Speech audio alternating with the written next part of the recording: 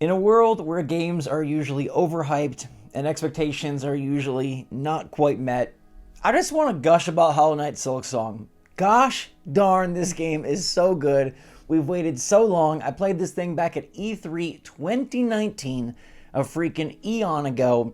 It's out today. I've been playing a ton of it. I'm going to be sharing early gameplay, first few hours of the game on this video. No major spoilers or anything of the sort, but I just got to give a round of applause to Team Cherry because not only did they nail this game, they nailed it for Switch 2. It's freaking beautiful. It's got a free Switch 2 edition upgrade. You buy the game on Switch 1, you got it via the Kickstarter, and boom, it looks and plays amazing on Switch 2. It is so crisp, it is so performative, and it looks so good. Much more going on in the backgrounds in this game, much more going on in the foregrounds in this game. We've even got raindrops piddling on my Pro controller. I can feel it with that HD rumble too, and it feels so darn good. I am just so pleased because it's so rare that a game gets this much love, right? It's so rare that a game gets this much attention, this much hype. Hollow Knight Silksong is kind of one of the rare ones, right? You look at like Cyberpunk 2077, ironically, another very good Switch 2 port, but it's a game like that where it's like, man, oh man, is this going to live up to expectations? And usually it does not. Well, the Steam charts peaked around 525,000 players concurrently today, so this thing has sold millions of copies already. It's #1 on the Switch 2 eShop, and I think it fully lives up to its namesake. Now, time will only tell if Hollow Knight or Hollow Knight Silksong are the overall better game, but right now, I feel like this is improved. I feel like it still has that mysterious obfuscation where you don't exactly know what's going on, where you can't quite figure out exactly where you need to go. You gotta unlock the maps, you gotta unlock the stamps and the markers. But I feel like this one, I don't know, something about it just keeps me going in a forward progression direction. Like, I'm exploring, yes, I'm backtracking, yes, but I feel like I'm always making headway. And that's something that early on in Hollow Knight 1, I didn't really feel was exactly the case. And I absolutely love that here because it's so addictive to play. It makes me want to just never put down the game when it's one more battle, one more enemy, one more screen, one more map, one more knock down the rosary beads and watch them fling around the screen with really nice physics and great pixely gameplay graphics. Actually, not so pixely, I guess. It's much more just hand-drawn beauty. And this game shines as a portable title. I would hate to play this anywhere else, although it would still be fantastic, but the Switch 2 is clearly the #1 choice for this game. The Switch 2 is, I think, the best handheld console, and the Switch 2 has a free upgrade for Hollow Knight Silksong, a $20 game no matter where you buy it. That's how you do pricing, that's how you do upgrades, that's how you do 2025. And yeah, this game does harken back to titles from yesteryear. It's got that Metroidvania feel and charm and gameplay style, but something about it is just an echelon above. Look, I've played a ton of Hollow Knight Silksong today, and I think just as much as only one other game this year in terms of single-day sessions, and that would be DK Bonanza.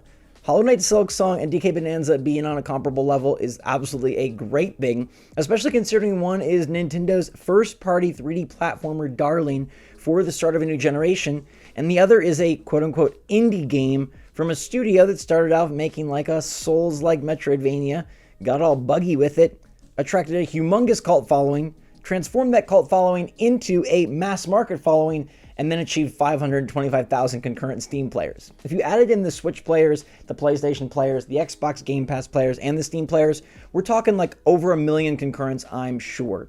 A freaking phenomenal achievement, and it's in everything that the game does, not just what they marketed, right? In fact, there was, I think, very little marketing. The game speaks for itself. They got some trailers, they said it's out on September 4th, and boom, here it is. They've made every right move in terms of pricing the game appropriately, upgrading the game appropriately, delivering the game appropriately, and thankfully, it is graphically gorgeous. The combat is as tight as ever, and I feel like the platforming is more emphasized this time around. There's some strategic choices made with how you navigate the world, and I freaking love the fast nature of how you can move Hornet around and bob off of things, zoom through the air, jump, and dodge. It really does have just that tried and true formula, but executed at 150%. Everything about the game screams quality, perfection, and that they spent so much time making sure that every element was where it needed to be, and maybe even then some. I love the wishes system where you basically get to be the personal genie of all these strange bugs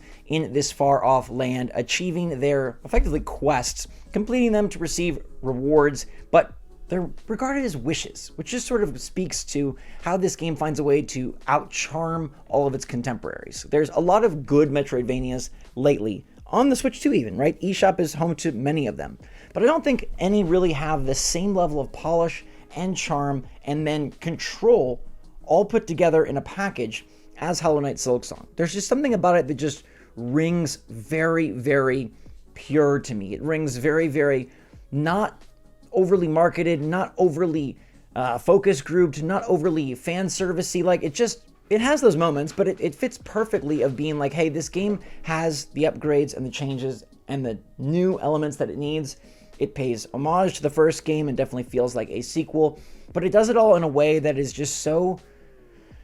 It's like Pixar-esque, right? I would say Pixar is a good comparison here in terms of how they just nail their ideas, right?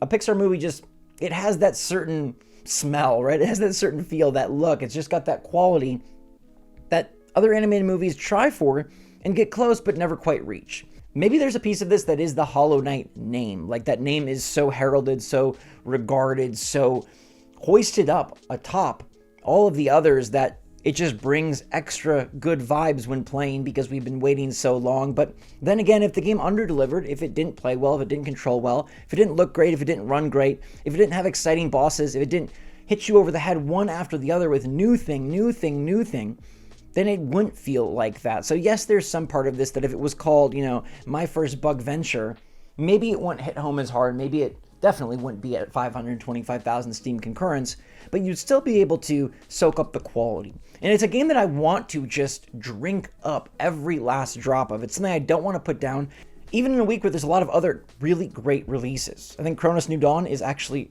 quite good. I've been playing a bunch of that lately. Star Wars Outlaws turned out to be a fantastic port on Switch 2.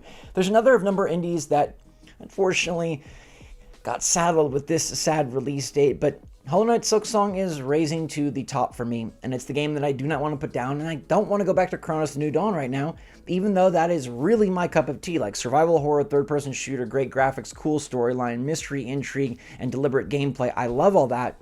Hollow Knight Silksong, Metroidvania, not my favorite genre, but when it's executed like this, and when they find a way to leave so much unsaid, I think it's one thing that Hollow Knight deserves credit for, that everybody kind of knows about the game, that it does have this level of, you got to figure it out. The player needs to be the player and not rely on the game to just give them all the goods. And you can eventually get there, you can eventually power up, you can eventually unlock a ton, but the game is very stingy, especially early on, and I think that does it a huge favor.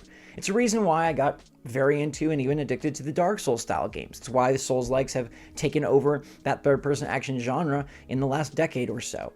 That system where you try and fail, but it feels fair. There's no gimmicks that are really making this poor. It's a 2D game, so you can't have bad camera issues. It's like, you didn't do good enough, do better. And for me as a very competitive player, for me as a very competitive person, that makes me want to just keep on trying. I die to a boss in this game, boom, I'm going right back. I can beat it. I can figure it out. Unlike some other titles where it's like, dude, this is frustrating. I don't know what I did wrong. I don't know how that boss got me. There is an absolute je ne sais quoi of how they design their enemies, their boss battles, and their combat, where it's not so different from so many other games in this genre, yet it feels like it is cream of the crop. It feels like it is top tier, and it feels like it's achieving what it needs to achieve by making you want to always come back and try again and not feel frustrated. Look, even when you have to backtrack, even when you forgot a bench or missed a bench or couldn't find a bench, and you have to waltz your way back through an entire screen, an entire level, it's not so bad. You can acquire more shards, you can grab more rosary beads, you can perfect your combat skills, and you can enjoy the gorgeous world, the beautiful music, the rumble on the controller. I at first played this handheld, and I had an exceptional time. When I transitioned to the Pro Controller, I felt like it wasn't as good, but after a couple of hours of the Pro Controller, I'm super happy to play it either way. And I think that's exactly what the Switch 2 should deliver for just about every game, is like, hey, this is really fun and really awesome handheld with a very crispy screen, or docked and on the TV with a great Pro Controller. Luckily, it works out well both ways, and as a Switch 2 title, it's instantly recommendable, it's instantly a must-buy, it's instantly atop the list, up there with DK Bonanza in my opinion. This is, despite it being a sequel and not a newfound gem, the Celeste of the Switch 2, the early indie that everybody's raving about, that everybody has to have, and that is easily recommendable to just about every player. I would caution those who came on board for the cozy stuff and for the farm sims that maybe this is going to really test your patience and push the skill level beyond something you're comfortable with, but I would encourage you to still give it a try. If you're interested, check out Hollow Knight for much cheaper and see if this is something you could get into, see if you're able to push yourself, challenge yourself, and grow as a gamer and find ways to overcome the challenges that this game presents. But I will note that nothing in Hollow Knight Silksong thus far has been too challenging. There has not been a barrier that was impossible to cross. In fact, if there's something I could not breach, it was because I needed a new skill, I needed a new upgrade, and all that did was make me excited to see, hey, I got to get the dash so that I can avoid this guy's heavy attacks that take me out in 2 simple blows. I feel like the game does a great job of telegraphing when you're going to get a new ability. Like there's something in the world that you can't really interact with or can't really access, and you know that you're going to have to seek out something to surmount it. And you do, and you find it. And they have the world just designed elegantly and perfection. It's designed elegantly and with what I would say is perfection, where no area feels too large or too small, no area feels too slow or too fast, no area feels like it's drawing itself out, filled with too many bosses or too little. They've got everything expertly placed where there's, a little arena battle with a number of different enemies, and then boom, you've got a boss battle, and then, some NPCs and some new shops and some wishes to fulfill. I love that they're able to keep insane enemy variety despite this being a sequel, and despite the game being hand-drawn and needing different patterns and different behaviors for each enemy type. Coming from something like Chronos, obviously completely different genre, but you see basically the same enemy over and over. Hollow Knight Silksong could do that. Some Metroidvanias are saddled with that, but Hollow Knight Silksong manages to use those 7 years to deliver 70 enemy types, or maybe 270 enemy types. I think they said some crazy number like that. And it feels fresh at every turn, which for a game that involves heavy backtracking, retrying areas, and re-navigating spaces to figure out where to go next is kind of perfect. There's not many moments of frustration. There's moments that make you feel smart, areas that you can unlock that have secrets or hidden passageways, but nothing has me stumped. It's just that perfect blend where you feel smart, you feel skilled, you have to really push yourself, but you never feel stuck. You never feel stopped. It's a freight train that builds momentum and continues to go, and that's why you just don't want to stop playing. The benches, as the checkpoints and the save points, are expertly placed so that you just want to get to one more, get to the next one. It's not an hour between benches, but it's also not 5 minutes. It feels like it's doable and 15 minutes away, but once you start that journey, you'll be playing for another 45 because you'll inevitably die a few times. I also like the whole bead collection, the rosary collection, where you can use those, and you have to decide what you want to prioritize. Do you want to prioritize skills and things that are going to improve your Hornet? Do you want to prioritize navigation and environmental marks to know where the railways are, to know where the benches are, to know where the shops are? Do you want to even have a map or a compass, or would you rather magnetize those beads to you so they don't fall through the floor, because boy do they roll quickly. I love the sounds that the enemies make. I love the presentation of this title, and I love that it gets you right in with a quick cutscene, and then the gameplay is go, go, go. There's charming characters with weird voices around every turn. The game definitely does have a dark vibe, but I feel like it is more varied and more approachable than the first Hollow Knight. That one started off very, very sulky, and despite this one being called Silky, it feels like it is much more of an alive game with a focused mission and a directive and a desire for you to rise up. Head for that citadel is what everybody keeps telling you. You're making your pilgrimage, and I'm so glad to be playing this one on Switch 2. I think it's perfect that the game was delayed or / was just held off until we have the Switch 2, because it would be fine on Switch, and I'm sure for those of you playing on Switch it's fine, but getting the extra crispiness, getting the extra screen size and real estate, this feels perfect on Switch 2. And while it is a game that doesn't need the Switch 2 power to succeed, it's still an incredible game, and we shouldn't dismiss it just because it's not pushing ray tracing and DLSS technology.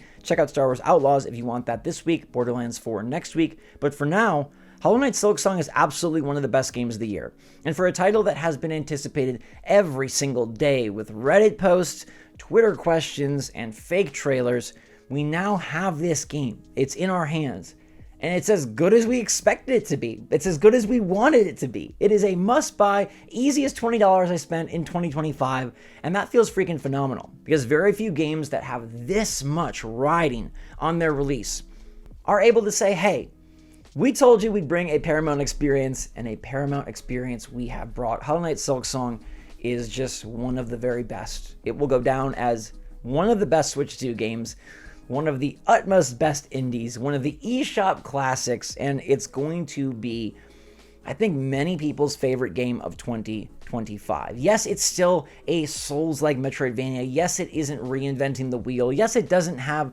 dramatic character cutscenes that will make you cry, at least not yet, but it's a pure game.